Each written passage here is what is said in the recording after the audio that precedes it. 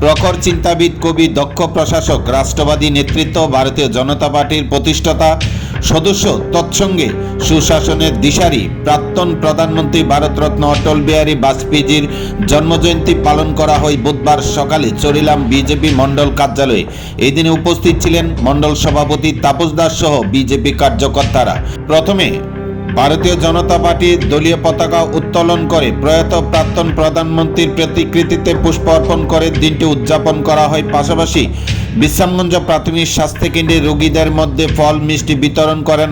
পাশাপাশি হাসপাতালে চিকিৎসারত সমস্ত রোগীদের চিকিৎসা সংক্রান্ত বিষয়ে এদিনে খোঁজখবর নিলেন মণ্ডল সভাপতি তাপস দাস। পাশাপাশি বুধবার দুপুর 1টায় এদিনে বিশ্রামগঞ্জ হাসপাতালে কর্তব্যরত চিকিৎসকদের সাথে বিশ্রামগঞ্জ প্রাথমিক স্বাস্থ্যকেন্দ্রের চিকিৎসার উন্নয়নের লক্ষ্যে আরও বিভিন্ন বিষয় নিয়ে চিকিৎসকদের সাথে আলোচনা করেন মণ্ডল সভাপতি তাপস দাস।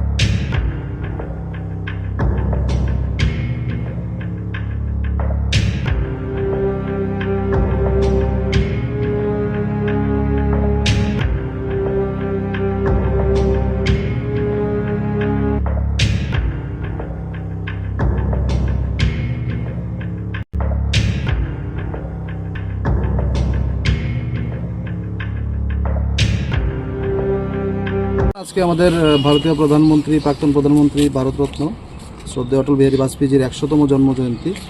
সেই উপলক্ষে আমাদের সেবা সপ্তাহ চলছে। নট অনলি সেবা সপ্তাহ, আমরা মাসব্যাপী একটা সেবার কার্যক্রম আমরা হাতে নিয়েছি ভারতীয় জনতা পার্টির উদ্যোগে। সেই উপলক্ষে আজকে বিশ্রামগঞ্জ হসপিটাল আমরা এসেছি। এখানে যারা চিকিৎসারত অবস্থায় আছেন ওদেরকে আমরা কিছু ফল মিষ্টি বিতরণ করেছি।